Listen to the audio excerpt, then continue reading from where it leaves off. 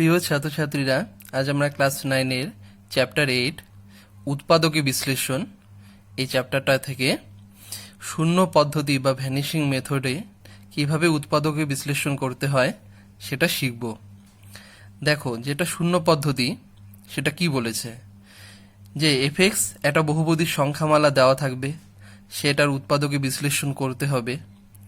শূন্য পদ্ধতিতে এফএক্সের উৎপাদকে বিশ্লেষণ করতে হলে সবার প্রথমে আমাদের এফএক্সের একটা উৎপাদক খুঁজতে হবে, অর্থাৎ এক্স এর কোন মানের জন্য এফএক্সের মান শূন্য হবে তা নির্ণয় করতে হবে।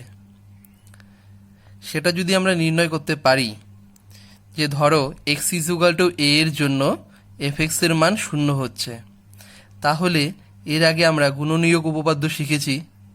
গুণনীয়ক উপপাদ্যতে বলা রয়েছে যে এক্স ইজুগাল টু এ এর জন্য এফএক্সের মান শূন্য হলে এক্স মাইনাস এ হবে এফএক্সের একটি উৎপাদক। অর্থাৎ শুরুতেই আমরা এফএক্সের একটি উৎপাদক এক্স মাইনাস এ সেটা নির্ণয় করব। এই পদ্ধতিকেই বলা হয় ভ্যানিশিং মেথড বা ট্রায়াল মেথড, অর্থাৎ শূন্য পদ্ধতি বা পরীক্ষা পদ্ধতি। আমরা উদাহরণ দিয়ে এই শূন্য পদ্ধতিটা শিখব। দেখো, উদাহরণ 1, x cube plus 3x minus 4 এই বহুপদীর সংখ্যামালাকে উৎপাদকে বিশ্লেষণ করো। তাহলে অ্যান্সার, যে বহুপদীর সংখ্যামালা দেওয়া রয়েছে সেটাকে আমরা শুরুতে এফএক্স ধরে নিব। ধরি FX is equal to x cube plus 3x minus 4। এবার আমরা রাফ করব। রাফে এক্স এর মান 1 মাইনাস 1 2 মাইনাস 2 3 মাইনাস 3 4 মাইনাস 4 এরকম পরপর মান বসিয়ে দেখব যে এক্স এর কোন মানের জন্য এফএক্স এর মান 0 হচ্ছে। তাহলে সবার শুরুতে আমরা এখানে এক্স ইজ ইকুয়াল টু 1 নিলাম। এক্স ইজ ইকুয়াল টু 1 হলে আমরা FX is equal to x cube plus 3x minus 4 এখানে উভয় পক্ষে এক্স ইজ ইকুয়াল টু 1 বসাবো। তাহলে বাদিকে পাবো F of 1 is equal to, এবার ডান দিকে এক্স এর পরিবর্তে 1 বসাবো, 1 cube plus 3 into 1 minus 4 is equal to, তাহলে 1 cube 1 3 into 1 3 3 plus 1 4 4 minus 4 is equal to 0। তাহলে আমরা দেখতে পাচ্ছি এক্স ইজ ইকুয়াল টু 1 হলে এফ 1 ইজ ইকুয়াল টু 0, অর্থাৎ F x is equal to 0 হচ্ছে এক্স ইজ ইকুয়াল টু 1 এর জন্য। তাহলে গুণনীয়ক উপপাদ্যতে বলেছিল যে এক্স ইজ ইকুয়াল টু এ এর জন্য যদি F x is equal to 0 হয়, তাহলে এক্স মাইনাস এ হবে এফ এক্স এর একটি উৎপাদক। তাহলে এখানে এ এর মান হচ্ছে 1, তাহলে এক্স মাইনাস এ হবে এক্স মাইনাস 1। তাহলে এক্স মাইনাস 1 এফ এক্স এর একটা উৎপাদক হবে, এই কথা আমরা বলতে পারি। আমি এইভাবে মনে রাখি যে এক্স ইজ ইকুয়াল টু 1, এটা আমরা রাফে লিখে নিচ্ছি যে এক্স ইজ ইকুয়াল টু 1 এর জন্য আমরা দেখলাম এফ এক্স এর মান 0। তাহলে 1টাকে এবার বাদিকে নিয়ে যাব, x minus 1 is equal to 0 পাচ্ছি। তাহলে এই যে আমি কালি দিয়ে আন্ডারলাইন করে দিয়েছি, তাহলে এক্স মাইনাস 1 হবে এফ এক্স এর একটি উৎপাদক। তাহলে আমরা এখানে লিখে নিব গুণনীয়ক উপপাদ্য অনুযায়ী এফ এক্স এর একটি উৎপাদক হলো এক্স মাইনাস 1। তোমরা এইভাবেও করতে পারো বা এইভাবেও করতে পারো। তাহলে এবার F x is equal to x cube plus 3x minus 4 এটা লিখে নিয়ে আমি ইজ ইকুয়াল টু সাইন দিয়ে একটা লাইন ফাঁকা রাখবো, তারপর ইজ ইকুয়াল টু লাইন দিব। এখানে এফ এক্স এর একটা উৎপাদক যেহেতু এক্স মাইনাস 1, আর এখানে এফ এক্স এর ক্ষেত্রে যে বহুপদী সংখ্যামালাটা, এখানে এফ এক্স এর মাত্রা হলো 3, কারণ এই যে 3টা পদ রয়েছে, এখানে এক্স এর হাইয়েস্ট পাওয়ার রয়েছে 3, তাহলে এফ এক্স এর মাত্রা 3। সেই জন্য মাত্রা 3 হওয়ার জন্য আমরা এই যে উৎপাদক এক্স মাইনাস 1 সেটাকে 3 বার লিখব, এক্স মাইনাস 1 ফাঁকা দিয়ে এক্স মাইনাস 1 ফাঁকা দিয়ে এক্স মাইনাস 1। এবার আমরা ব্যাক প্রসেসে 3 নম্বর লাইন থেকে 1 নম্বর লাইনে যাব। কিভাবে যাব দেখো, উপরে রয়েছে এক্স কিউব, তাহলে এক্স মাইনাস ওয়ানকে কত দিয়ে গুণ করলে আমরা এক্স কিউব পাবো? আমরা এক্স স্কোয়ার দিয়ে গুণ করব। তাহলে এক্স স্কোয়ার ইন্টু এক্স হয়ে যাবে এক্স কিউব, প্লাস মাইনাসে মাইনাস এক্স স্কোয়ারকে ওয়ান দিয়ে গুণ করলে এক্স স্কোয়ার। তাহলে এভাবে আমরা এক্স কিউব পাচ্ছি। এবার এখানে মাইনাস এক্স স্কোয়ার পেলাম, কিন্তু ফার্স্ট লাইনে তো মাইনাস এক্স স্কোয়ার নেই, তাহলে মাইনাস এক্স স্কোয়ারকে সরাতে হবে। তার জন্য আমাকে এখানে প্লাস এক্স স্কোয়ার আনতে হবে যাতে কাটাকুটি যায়। তাহলে আমার প্লাস এক্স স্কোয়ার লাগবে, তার জন্য এক্সকে আমি প্লাস এক্স দিয়ে গুণ করব।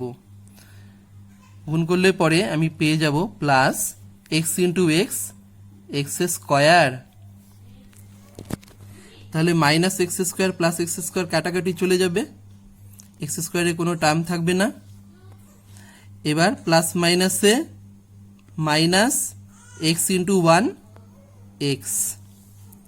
এবার আমি এখানে পেলাম মাইনাস এক্স, কিন্তু উপরে 1 নম্বর লাইনে রয়েছে প্লাস 3x। তাহলে আমার প্লাস 3x লাগবে। তাহলে মাইনাস এক্সের সঙ্গে কত যোগ করলে প্লাস 3x পাবো? মাইনাস এক্সের সঙ্গে যদি আমি 4x যোগ করি, তাহলে 4x minus x is equal to হয়ে যাবে 3x। তাহলে আমার 4x লাগবে। তাহলে এখানে আমি x মাইনাস ওয়ানকে 4 দিয়ে গুণ করব। তাহলে 4 ইন্টু এক্স, 4x পেলাম। এবার প্লাস মাইনাসে মাইনাস, 4 অক্ষে 4, এই মাইনাস 4 পেলাম, উপরে রয়েছে মাইনাস 4।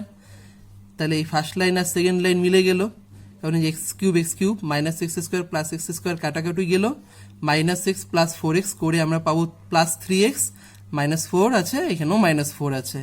তাহলে first line is equal to second line হলো। আবার থার্ড লাইন থেকে আমরা সেকেন্ড লাইন পেলাম।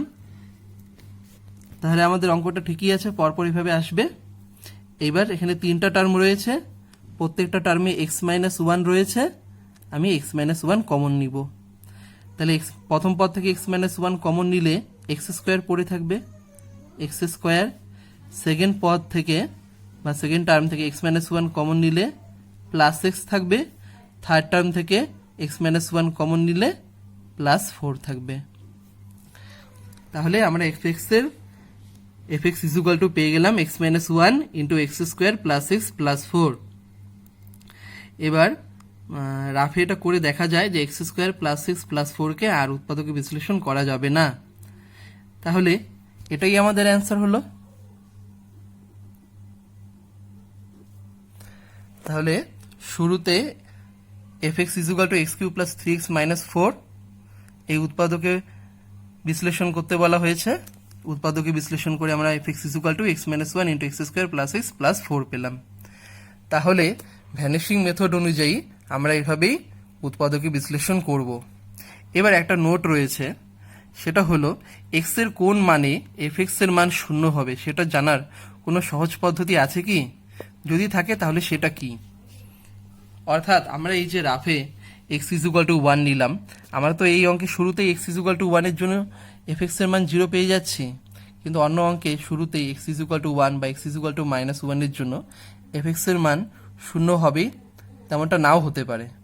তাহলে সেক্ষেত্রে আমরা পরবর্তী মানগুলো কি কি নিব, অর্থাৎ এক্স এর কোন কোন মানগুলো নিয়ে আমরা চেক করব যে F x is equal to 0 হচ্ছে কি না, সেটাই এখানে বলা রয়েছে। যে আমরা প্রথমে এই যে এফ এক্স দেওয়া রয়েছে সেটা ধ্রুবক পদ কি হবে সেটা দেখব। এখানে এফ এক্স এর ধ্রুবক পদ রয়েছে -4। তাহলে দেখো এই ধ্রুবক পদ হলো -4। এই -4 এর উৎপাদকগুলি কারা কারা সেটা আমরা দেখব। -4 এর উৎপাদকগুলি হলো +-1 +-2 +-4, অর্থাৎ +1, -1, +2, -2, +4, -4, অর্থাৎ টোটাল 6টা উৎপাদক রয়েছে।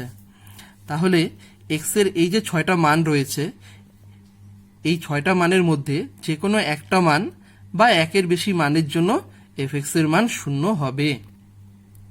তাই এখানে লেখা রয়েছে এক্স এর এই মানগুলির মধ্যে কোনো একটি মান বা একের বেশি মানে এফ এক্স এর মান 0 হবে। তাহলে এই অঙ্কটা করার সময় আমরা এক্সের মান 1 দিয়ে শুরুতে দেখব যে এফএক্সের মান 0 হচ্ছে কিনা। যদি 0 হয়ে যায় তাহলে সেখান থেকে আমরা উৎপাদক পেয়ে যাব।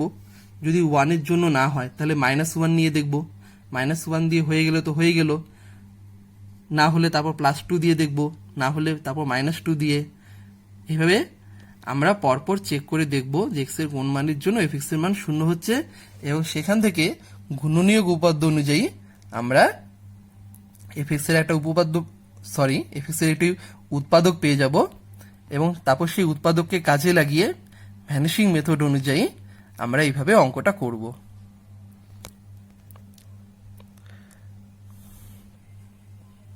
এবার দেখো উদাহরণ 2, fx = x³ + 3x + 4 এই বহুপদীর সংখ্যামালাকে উৎপাদকে বিশ্লেষণ করতে হবে। তাহলে শুরুতে fx = লিখে নিলাম। এবার দেখো আমরা রাফে, আমি তোমাদের বোঝার সুবিধার জন্য লিখেছি যে fx এর ধ্রুবক পদ হলো 4, আর 4 এর উৎপাদকগুলি হলো +-1 +-2 +-4। কারণ দেখো 4-কে 1 দিয়ে 2 দিয়ে এবং 4 দিয়ে ভাগ যায়, এবং সাইনগুলো প্রত্যেকটা আমি প্লাস মাইনাস নিয়ে নিলাম। এবার x = 1 দেখবো আমি প্রথমে। তাহলে এই fx = যেটা রয়েছে সেখানে আমি x এর পরিবর্তে 1 বসাবো। আমি পাবো f(1) = 1³ + 3 × 1 + 4 দিয়ে আমি পেলাম 8। তাহলে not = 0, তাহলে f(1) এর মান not = 0, তাহলে x = 1 এর জন্য fx = 0 হচ্ছে না। এবার আমি x = -1 নিব, বোথ সাইডে x = -1 বসালাম। তাহলে f(-1) = -1³ + 3 × -1 + 4 পেলাম। ক্যালকুলেশন করলাম, দিয়ে আমি f(-1) = 0 পেলাম। তাহলে x = -1 এর জন্য আমি fx = 0 পাচ্ছি। এবার -1কে আমি বাঁদিকে নিয়ে গেলাম, x + 1 = 0 পাচ্ছি। তাহলে এই যে কালো লাইন আন্ডারলাইন করা আছে x + 1, এই x + 1ই হবে গুণনীয়ক উপপাদ্য অনুযায়ী fx এর একটি উৎপাদক। অর্থাৎ আমি এর আগেও তোমাদের বলেছি, আরেকবার বলে দিই যে গুণনীয়ক উপপাদ্য বলেছে যে x = a এর জন্য fx = 0 হলে x - a হবে fx এর একটি উৎপাদক। তাহলে এখানে x = -1 এর জন্য fx = 0 হচ্ছে। তাহলে x = a যদি ভাবি তাহলে a এর মান -1, তাহলে x - a হবে একটা উৎপাদক। তাহলে x - a হবে উৎপাদক, x - a = x - a এর মান -1 = x - a +1, তাহলে x + 1 হবে fx এর একটি উৎপাদক। তাহলে fx = x³ + 3x + 4 লিখলাম, সেকেন্ড লাইনটা ফাঁকা রাখবো। থার্ড লাইনে যেহেতু fx এর মাত্রা 3 এবং fx এর উৎপাদক হলো x + 1, তাহলে x + 1কে আমরা 3 বার লিখব। তারপর আমরা ব্যাক প্রসেসে এই অঙ্কটা সমাধান করব, আমি যেমন আগের বার দেখিয়েছি। এবার দেখো আমার x³ লাগবে, তাহলে x + 1কে আমি x² দিয়ে গুণ করব। গুণ করলে আমি x² × x³ প্লাস x² × 1 মানে x² পেলাম। x³ আছে, x² অতিরিক্ত, তাহলে x²কে সরাতে হলে আমার -x² লাগবে। -x² আমি পাবো যদি আমি এখানে x + 1কে -x দিয়ে গুণ করি, কারণ -x দিয়ে গুণ করলে -x × x হয়ে যাবে -x², কাটাকুটি চলে গেল, x² -x²। এবার -x × 1, তাহলে পেয়ে গেলাম -x, এখানে রয়েছে 3x, তাহলে এখানে আমার +4x লাগবে, কারণ 4x - x = 3x হবে। তাহলে 4x পাওয়ার জন্য আমি এখানে x + 1কে 4 দিয়ে গুণ করব।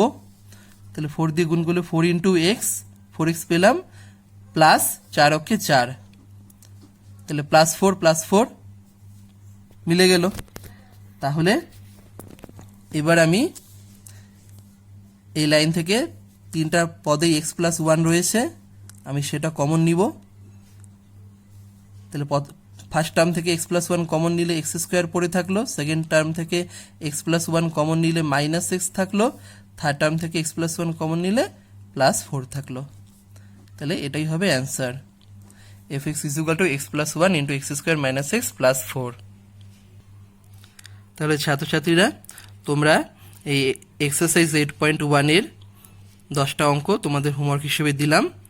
তোমরা এই শূন্য পদ্ধতিতে এই অঙ্কগুলি সমাধান করবে। Thank you.